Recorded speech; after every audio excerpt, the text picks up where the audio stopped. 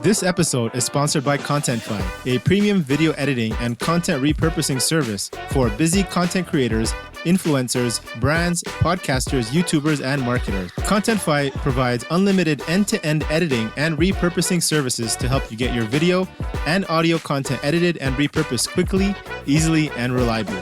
Join other busy content creators, founders, brands, and marketers who now spend even more time creating while they take care of the rest. You no longer need to worry about spending hours editing anymore. Just create content, build your audience, and grow your business. If you're a content creator looking to save time and money, or looking to outsource your content marketing team, get your first free video edited now at contentify.co.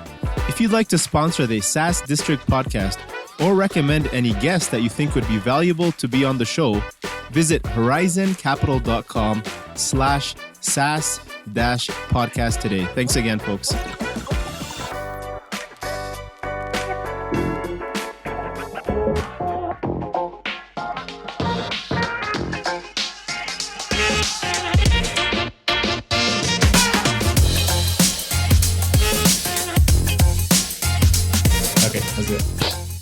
Hello, everyone. This is your host, Akil Jabbar, and welcome back to another episode of SaaS District. In today's episode, we'll be talking about using inorganic growth and bolt-on acquisitions as a strategic expansion strategy. Today, we have our guest, Steve Levely, joining us. Steve is the CEO of Ackroo, which provides marketing, payment, and point-of-sale solutions for merchants of all size. Ackroo's self-serve, data-driven, cloud-based marketing platform helps merchants in-store and online process and manage loyalty, gift card, and promotional transactions at the point of sale in order to attract, engage, and grow their customers while increasing their revenues and margins. As the CEO of Ackroo, Steve leads the company's corporate strategy, where he transitions into the role after previously serving as the company's executive vice president of sales and marketing. He brings over 15 years of experience in successful sales leadership and business development from various small and large organizations. So welcome, Steve. Super excited to have you on SaaS District Show today. Yeah, thanks for having me, Akil. So talking about your background, kind of just running in with that, what was your journey up until joining Ackroo and eventually transitioning into that CEO role priorly as the EVP of Sales and Marketing? My whole background has been sales and marketing. Like everything leading up to Ackroo was all sales and marketing driven, whether it was for a big company or a small company, it was all sales and marketing focused. And then even that's why when I joined Ackroo, that was the initial, entry point. Was leading sales the first year to help commercialize the business and grow it. In the second year after the first CEO moved on, I then took over marketing as well. And it was in that third year, the second CEO, after we ran out of capital, decided to step down, join our board. And then I was kind of tapped on the shoulder to step in and see if I had interest in either selling or salvaging the business. So it really came with a lot of commercialization experience, where a lot of public market tech company CEOs or product people. I'm a commercialization person. I'm on the other side of the fence, where I have expertise in commercialization, not specifically on building technology. Right. So at that point, you were leading up the sales division and the marketing piece, and as the CEO stepped away, they felt you were the right fit to kind of take over that role. Were there kind of some immediate changes that you felt that were lacking at that point? That they ran out of capital, or they were deciding what to do. Was there something you saw at that point, like we need to do this that was so clear that to make that transition? Yeah, there were two super obvious things to me. The first was around our commercial model, right? Our direct sales model going out to the market. It was just so expensive. We were spending so much money on direct sales, going out there, knocking on doors to try to win deals, because to win the deals, we not only had to sell our own product, we had to get them to switch to partners of ours in the payment and point of sale world. So We'd have to get them to switch to our partner first, then to us second. It was kind of backwards, right? So it became this very expensive model that we realized, let's turn this into a channel model. Let's pay a commission to our partners that sell payment and point of sale, and they'll refer their clients to us. So that was the big thing that we learned, and that was one of the first changes that I made. The second was around realizing how fragmented the market was. So many companies out there that did what we do. So there's a consolidation play there, but also when we talk to our clients, they all wanted to have vendor consolidation. They didn't want to deal with a payment guy, a marketing guy, a point of sale guy. They didn't want to deal with all the different pieces. They wanted to have one contact for all of it. So we thought, so there's a consolidation of vendor play here and a consolidation of companies as well. So we immediately pivoted to a channel sales model into an acquisition growth strategy, which plays to my strengths. Sales and marketing, with a bit of financial spin on the back end, while the rest of the team focused on just sort of organically implementing it and building a product that could support all that. Super cool. And then on the product side specifically, so you made that shift. So you added both payment and point of sale solution to make it more of a whole solution. What's really the problem or the strategy around that you're looking to solve in the market by rolling out this addition? Do you have was there something so clear that that this would, that there's a desire and need for this? Well, I mentioned the first bit of clarity that came, right? We're like, we can't just sell this without referring to our point of sale and payment partners. And for 8 years, we relied on that partnership channel. We relied on the point of sale guys, the payment guys referring their clients to us. But over time, those companies are now selling software. They're now competing in the marketing space, both point of sale and payment. So we can keep hoping that we get more relationships like them, or we can just do it ourselves.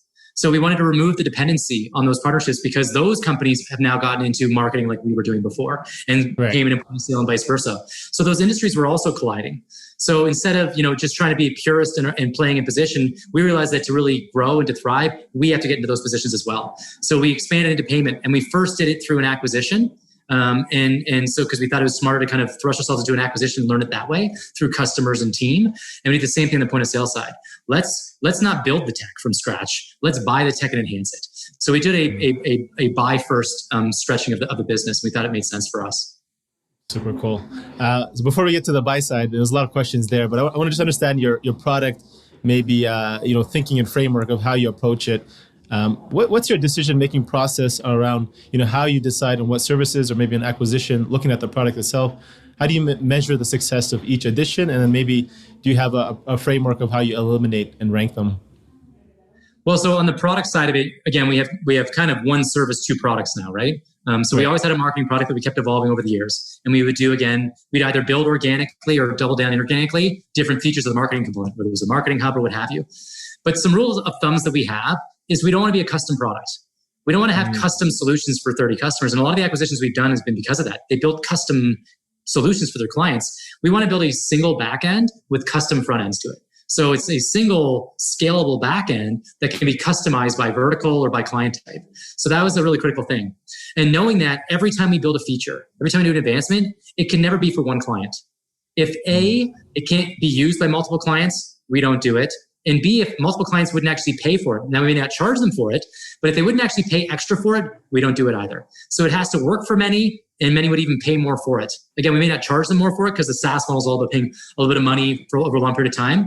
But if they would actually invest further and it would work for many of them, then we do it. That makes sense. Yeah. So shifting into kind of the acquisition play. So I think you guys made 3 acquisitions last year. Yeah. Can you share a little bit of the story about that? And what is the strategy around them? What's the inorganic growth you mentioned, and what are the size of those deals, if you can talk about them? So again, going into last year, we were a marketing company, right? Full stop, full service marketing, gift, loyalty, promotions, email marketing, all that good stuff, right? So what we were missing is we had kind of 2 services we offered from a marketing perspective, though. We sold email marketing as a service. And we sell direct mail marketing as a service as well, right? The email marketing piece, we always had an interest in because we could actually get it into the tech. How do we take an email marketing service that we use MailChimp or Dialog Insight for and actually embed it into our technology? When we bought Win-Win Marketing, super small deal, like $100,000. It was a really small deal, but they had that. They had this integrated marketing hub that actually allows them to do digital marketing through it. So we were planning to go there anyhow. And we thought, the valuation was good. Right? That made sense to us, right? We paid, I think 1.5 or 2 times revenue. So it made sense for us. There was no carrying cost. It was 100% contribution to the bottom line of the business. So there was no HR cost coming in. So a fast return on investment.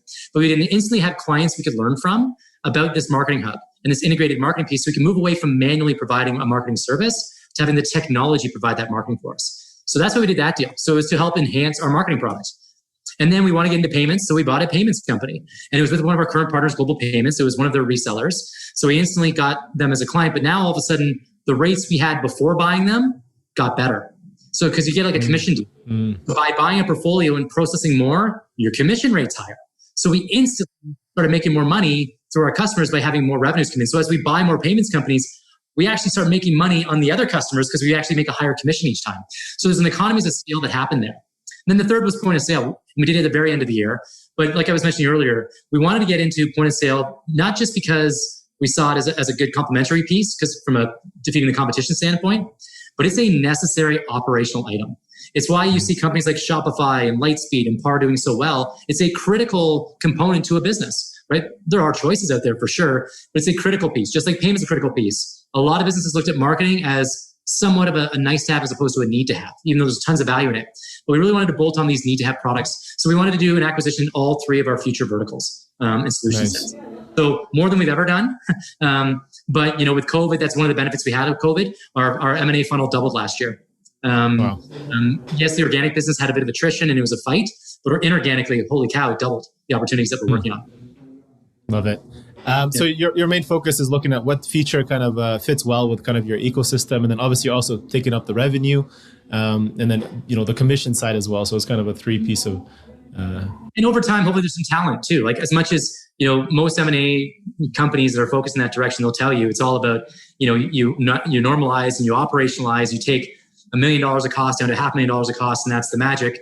And there is truth to that for sure. But hopefully, that $500,000 of cost comes with some smart talent, some capable talent to come in and join and sort of Frankenstein into our team as well. So there's a talent play that ends up happening there as well. That's true. And what's kind of your plans for this year? Is that the same acquisition pace you're looking to do this year or maintain in the future? Or, is there some certain products you're looking for? Yeah, I think never mind this year, but for the next 2 years, I don't think you'll see us go to like a fourth solution, right? At this stage, we already have 3 full solutions. We have a marketing solution, we have a payment solution, and a point of sale solution. We're going to double down in one of or all 3 of those areas over the next 24 months before we even consider a fourth solution set. We believe we have enough, and these are full. We could have just a payments business and be successful and do really well there. We could have just a marketing business, be successful and do well there. Just a POS business. We've already got a lot on our plate that doubling down there is more than sufficient for us. So that's our focus for the next at least 24 months. It's just doubling down on those 3 areas. Got it. So looking for more bolt-on acquisitions in those specific features. Well, organically developing. So obviously there's no organic product for business. There's nothing to do organically there other than maybe a new partner to resell. Right. But organically, it's more features. Taking more of the services we do manually into the tech on the marketing side, right? On the POS side, it's having more verticals. Our first vertical was golf courses because we saw it as a safe vertical with things like COVID. We thought, let's get really niche and go after golf sales. Wow. But a golf course has a restaurant. And we get into restaurant point of sales next. They have a pro shop that's a retailer. So you can start to see a path to other verticals in time, but we saw it as a good niche entry point into that whole point of sale ecosystem. Super cool. Can you share any maybe learnings or failures that you maybe had from previous deals? Because I know there's some people in the space who are maybe looking to do some acquisitions just like we are. Always looking to learn on any things that went right and anything that went wrong in those deals. Oh yeah, there's lots of learnings. So we've done 10 now. So we've done 10 deals so far. And I always say my worst was the first, my last was the best. It's always like, because you're learning, right? It's a whole iterative learning thing. And that's why it's trial and error. And again, what worked for me may not work exactly for you guys. But I can tell you there's been some key rules that we've learned over the years. So a mistake that we made early on was we did one deal where we didn't buy the tech. We did one acquisition where we bought the customers and the team, but we didn't buy the tech. Well, why would we buy the tech? We already have our own tech. Well, yeah, but that tech kept evolving. And we had a license agreement with those customers and to move them. So what we do is when we buy a company, we create product parity. So we go to the customer and say, hey, you're using these 10 features. Do you need all 10 of them? Do you only need 5? Great. Ackroo already has 3 of the 5. We'll build these 2. We'll move you over. But that works in principle if you own the technology because you're not advancing it further. But when you don't own the tech, and the tech is kind of this moving target, you're chasing your tail. So it took us twice as long to normalize that deal because of us not buying the tech. We just bought the team and the customers. So important in a technology company that you buy the tech as well. So that's one key learning. The second was around the tail, right? And knowing that effectively and efficiently normalizing these businesses it has such an important impact. And if you read my investor deck, I talk about our goal is 12 months. If we can't normalize a business within 12 months or believe we can, we shouldn't do the deals. If you can't get them integrated into your business, normalize, like at least operating at what you thought it was going to operate at, never mind the growth, just what you thought you bought within 12 months, you probably shouldn't do it. So we ask ourselves that every single time. And it even actually helps dictate how frequently we do deals. So when we did a deal in April of last year, it was super small. So we thought, all right, within 12 months, we'll get this done. So when we bought the payment deal, we're like, won't be too disruptive. We could do that one within 12 months too. The second you get to a point where you're like, we couldn't do it in 12 months, you shouldn't. Because anytime it took us longer than 12 months, it hurt the business, hurt the organic business, hurt other inorganic business. So that 12-month normalization was another critical lesson for us that we hold true to. And then the third rule is around ownership. we don't ever keep the owners of the businesses. We're not like a Constellation Software or other consolidators that like just own the companies and they provide services and they operate them. We're the operator. So if we're the operator, if we're in there running the business, operating the business, having the owners there that have different opinions, the founders, is tricky. They may come in for 90 days, maybe even a year or two, but really it's not a long-term relationship. And so it was critical for us to kind of, on the front end, those owners realize that there's for sure a transition that needs to happen, but there is an end because maybe our theories about business and the direction we're taking are different than theirs. You don't have too many cooks in the kitchen. Love the number 2 and number 3 players, but the founders, we never keep. Makes sense. We kind of do the same thing. Do you guys generally have like a manager on your team who's kind of overseeing that transition, or do you have kind of like a VP of tech or CTO that does that? No, I mean, so we're a 40-person company today, 35 to 40-person company today, right? And I act as that M&A lead for us, right? And so this just shows what a small company is and wearing 3 hats. I'm driving the M&A for us, both from a due diligence perspective. Now I pull in the team and we go through a process where like after the deal is done, our finance team is the first people to come in. And for 90 days, they've got to get all the financial stuff normalized, get customers paying us, collections, accounts receivable, like contracts, all that stuff, right? Then there's an operational transition for the next 90 days that steps in and they go through that. Then we introduce marketing and sales. And then last is product. So you kind of go through this journey. So each team does it, but I watch each group through that. In time, I'm sure we'll have a corporate development person that'll do it instead. That'll just not only that'll help negotiate the deals and get them into the business, but they'll have oversight over finance, operations, sales and marketing, and product. Absolutely.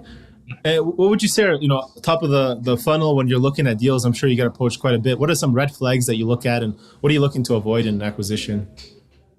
I don't like seeing debt. I don't like seeing businesses that have debt in the books already. I mean, even though we have a bit of debt in Ackroo that we took on for acquisition purposes, for a lot of these businesses, they haven't grown by acquisition. They've grown organically. So if their debt ratios are high, like debt to earnings ratios, I get nervous, right? Anything more than a 4-to-1 debt to earnings ratio is a flag. So if they can't pay back their debt based on 4 years of their earnings, there's a flag there. So a bit of debt's okay, but if they're breaking that 4-to-1 ratio of earnings, like their earnings, not our earnings after we normalize them, their earnings, there's like, ooh, so that means they've already taken on a bit too much debt. So that's a big flag that we see. Then it's the other obvious metrics, right? It's, are they even growing? Where are they getting attrition and why, right? Where are they losing customers? Where are they winning customers, right? And if they are winning, is that repeatable, right? If they are losing, is that probably repeatable too? So it's understanding the winning and losing in the middle of that, as well as the other kind of major stakes that we kind of look at for each piece. Super cool. So the debt itself, I mean, are you typically absorbing that? Are you buying it out? Are you... Yeah, we always want to clear it right away. I mean, most of our deals, like it's only now we're looking at deals that even have debt in them. Up until now, none of them had debt, right? We did all asset purchases. So we just said, even if you've got debt, we're doing an asset purchase. So your debt's on you, you take it out of your consideration, right? So they all had different varying levels of debt, but we did asset purchases. Our last deal was the first time we did a share purchase. And we have other share purchases in front of us. When you do a share purchase, that's the other caution flag. You're taking on skeletons in closets. You're taking on old debts and all that good stuff. So you got to be careful. If anything, you should be discounting your deals a little bit if you're going to do share purchases, because there is that risk. The sellers love it, right? Because they get to pay a little bit less taxes for them. And there's the capital gains exemption that they get to wash their hands. Great for the seller, not the best for the buyer. Ideally, as a buyer, if you do an asset acquisition, it's always the preference. And of our 10 deals, 9 were asset. Only 1 was share purchase. Right. And are you guys typically doing all cash? Or I know you mentioned a little bit, you roll up a little equity and give them stock options, I think, which a lot of sellers maybe think about when they're selling is, how much shares am I getting of the new business, and how does my long-term incentive play with the strategic acquirer? Yeah, like early on, shares are what we have, right? And the story was, hey, if we combined our business, your revenues were 20% of the total business. Why don't you take 20% of the equity? 20% in Ackroo is better than 100% of you, right? And that's kind of how deals got done. But as time's gone on, we don't want to do that anymore. We don't want to keep, diluting our shareholders with that whole model, right? Because we're past that inflection point of growth and profits and all that good stuff. But you do like a bit of equity in there, and we've been paying in cash. So how do you inject a bit of equity without dilution, right? And so do you do just 10 or 20% of it being equity, so they have a little bit of skin in the game, but there's also upside for them. If the stock performs, it's a great win for them, right? We have deals that one of our largest stock deals, the deal was done at 5 cents. He's still sitting on half of his shares. They're up 600%. He's pretty happy, and he's going to keep sitting on it for another few years. He's like, I'm going to keep sitting on this and letting it ride. So for him, it was a great deal for him, right? So there's a value that maybe convertible debt is something in the future where they have a guarantee to cash, or they can convert it to equity, right? So I do like the idea of some type of equity twist in there in some component. So there's a little bit of extra commitment to the business. But also, if we can just clear a deal in cash, that's not a bad thing either. Yeah. And I think one interesting point that I think a lot of sellers are always interested in is how strategics look at it. If they're looking at it from your shoes, if they're sitting in your perspective and how they're looking at it, if you're a publicly traded companies, you guys are currently trading, I think we talked before the show, at about 5x a revenue. Now, how does that affect? So if I'm looking at a business and I'm looking to pay, let's call it 2.5x the revenue. Now you're absorbing that revenue that you're paying basically half the valuation of what you're worth today. How do you look at that in terms of how that affects your valuation, and how can you explain that to make it make sense for them? Yeah, so at a high level, I mean, we're in the public markets, mind you, right? So we're a public business. We're seeing a 4 to 5 multiple right now, which you see, right? You see 10 times multiples in the public markets, right? Because of growth projectiles, the industry you're in, strategically, you have a good moat around your business, all that good stuff.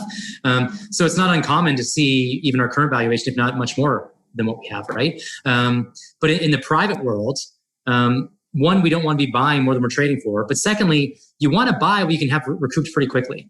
So we've been paying pretty much 2 times revenue. 2.5 was the most we've ever paid, because we can only really rip out half the costs. We don't want to take more than 5 years to pay back our investment. So obviously there's growth, and you're expecting there's a growth business there too.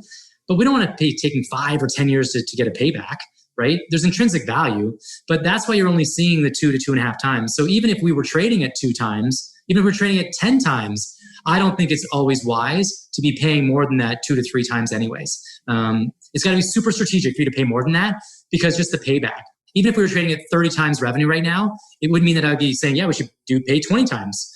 That I just feel differently that the fair value is that 2 to 3 times in the private markets because of what we have to do.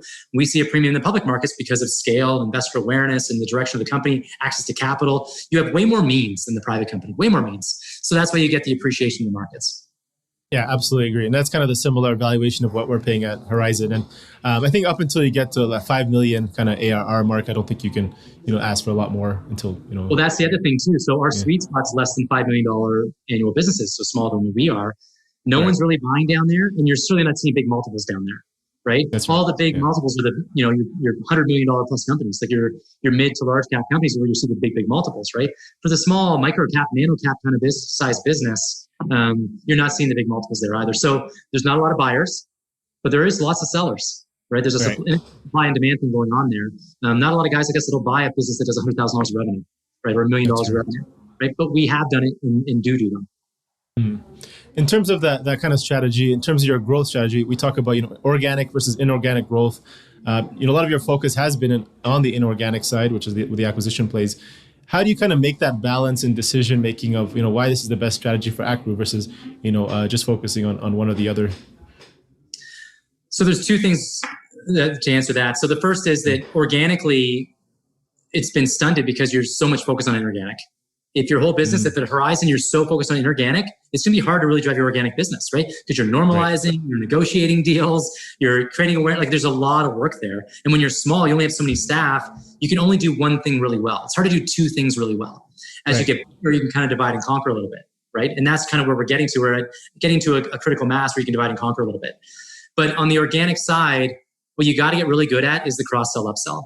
If you're a business like ours that's buying complementary offerings or competitive offerings, and primarily on the complementary side, you've got to be really good at cross-sell, upsell. Because yes, you buy a business at 2 or 3 times revenue, and so you can maintain and maybe grow it.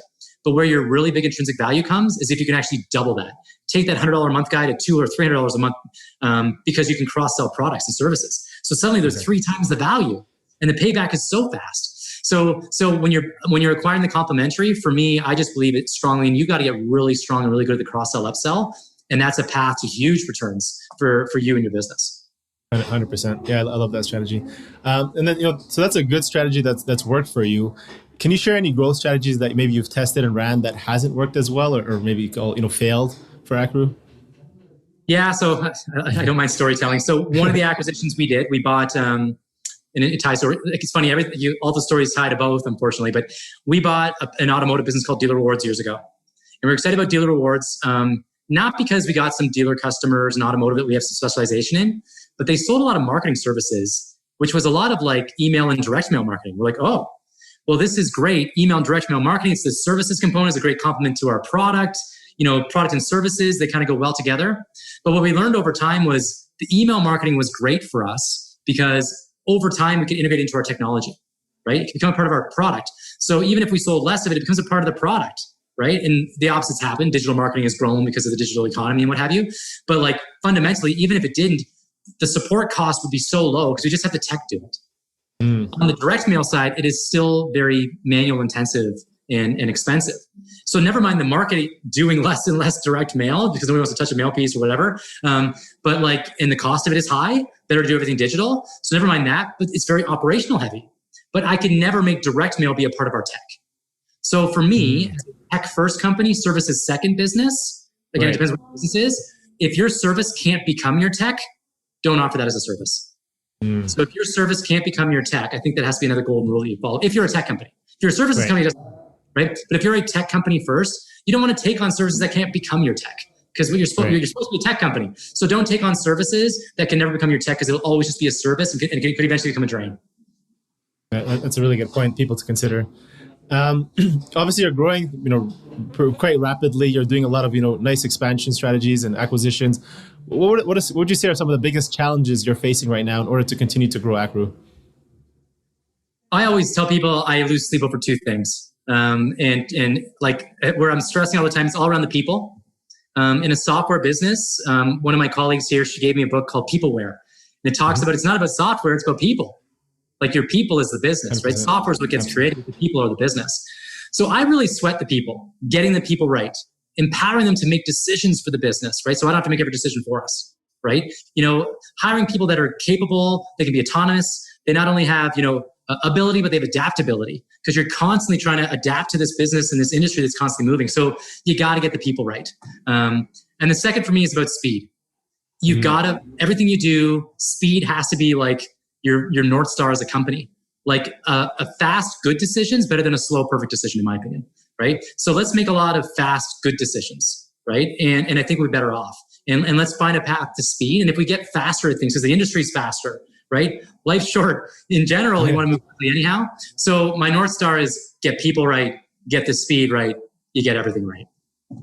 Love it. Speed over perfection. I love that model. Yeah. Steve, what's one advice you wish you had known would tell your 25-year-old self? I don't know how old you are, but I don't know if it's that same advice you just said, but what would you tell yourself then? I'm 43, right? So I'm 43 years old. So at 25, it was 18 years ago. It's probably two bits of advice. The first would have been, I'm going to learn way more in the next few years than I have the last few years, right? Because at 25, I did think I knew everything, right? I was leading a sales organization. I thought I had all the answers, looked at ownership like they didn't know what they were talking about.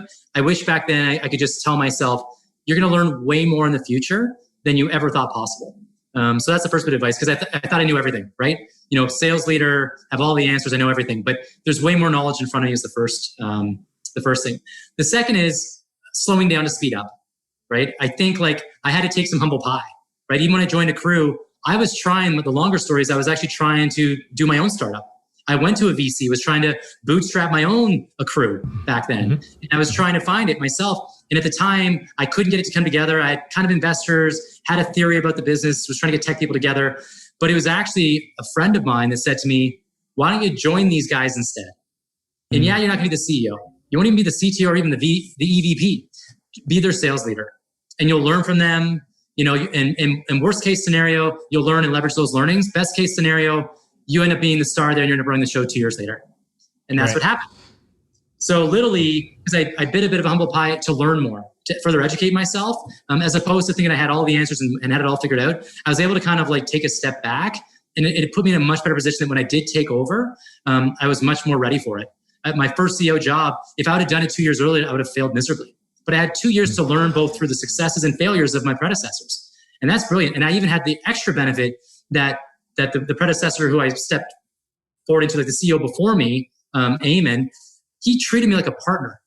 in the middle of it all. He didn't just sort of treat me as a sales lead. He actually treated me like a partner. So I still tell people to this day that I credit a lot of the success that Ackroo has had to him, because he treated me like a partner and a peer through the whole time that I was with him, and it helped set me up for success. Whereas if I jumped in thinking I knew everything, I would have struggled and failed. So I know it's a long answer to your short question, but that's kind of the learnings and what I would have told myself back when I was 25.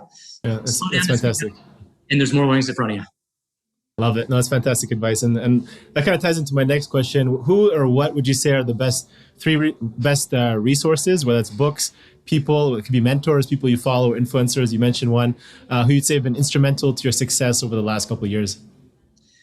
Yeah, so again, I mentioned Eamon as a name, so hopefully maybe watches this podcast one day. But at the same time, there's been people like that in my career. There's been individuals that have treated me as a peer and as an equal, and it's finding those people in your life. Like in business, it's rare to find that, right? Because usually the hierarchy is not built that way. So putting yourself in business situations where you, regardless of title, you're treated as peer.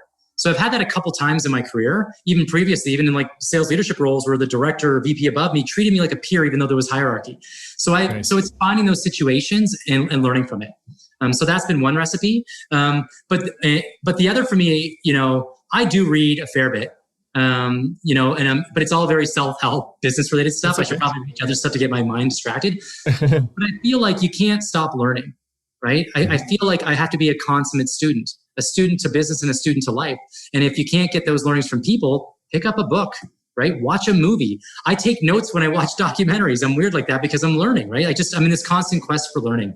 But the last is that I've been lucky through this whole acquisition thing where I've been able to meet tons of founders. We've done 10 deals. We had 10 that didn't happen. I've got 20 more companies I'm talking to now.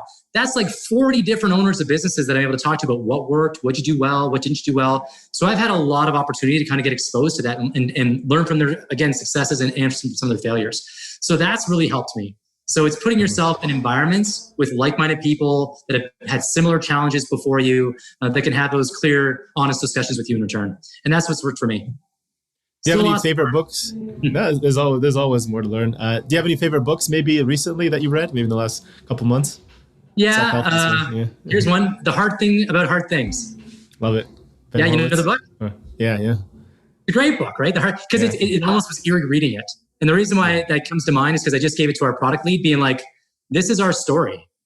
So read The Hard Thing About Hard Things. And it there's certain books that it resonates with you. Just like a movie. I like movies based on a real life because I can sort of see myself being that person.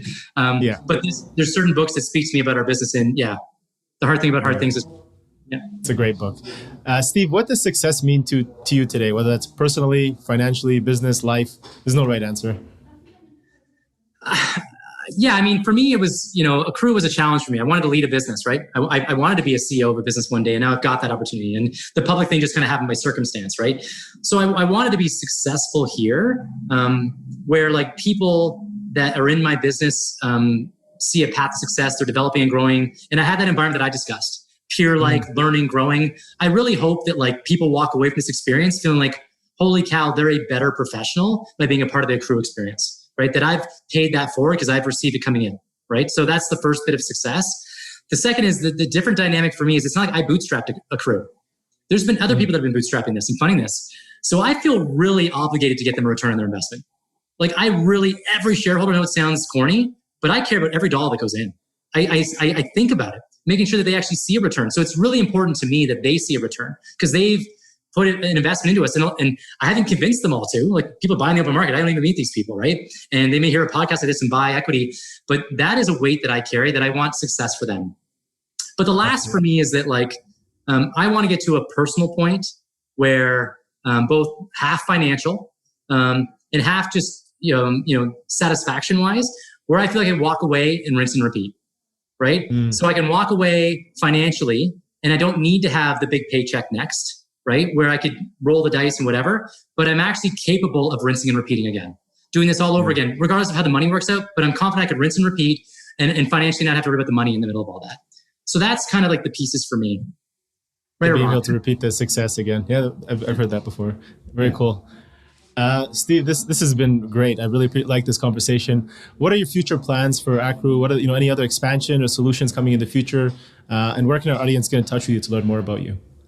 Yeah, I think, Ackroo, the whole name Ackroo is about accruing companies and accruing, customers and accruing offerings. So you're going to see this constant accumulation of business, right? So that's what the business is doing. At some stage, will we be the accrued versus accruing? I don't know, right? At some stage, are we the one that gets accrued versus us doing the one accruing? That's in front of us. But yeah, I think, follow our journey. Go to our website. I update an investor deck every quarter. We're starting to actually post these live videos as an investor live thing. So you can actually see the most recent interview that I did on the website. So that's a great place to go. So when you go to investors, you'll see these things on there now. So you can start to follow and understand the business. And then obviously we put lots of press releases out. And then even in those press releases, you'll see my contact information. So if you want to email me or the company, it's all there. Okay, awesome. We'll add those links to our show notes. So if anybody's listening, please check it out. Sounds good. Cool. Thank you so much, Steve. This has been great. Highly appreciate you coming on today. Thank you. Thank you all for listening in to this episode and joining SaaS District today. Don't forget to leave a review and subscribe for future episodes where we interview top leaders in the SaaS industry. If you're a SaaS company looking to grow and unlock the true value of your business, get in touch with us at horizoncapital.com. And myself or one of our consultants will provide a free assessment to help you get there and hit your goals. If you have any feedback or suggestions for this podcast, please DM us on Instagram or LinkedIn at Horizon Capital and help us improve our content for you all. Thanks again and hope to see you on the next one.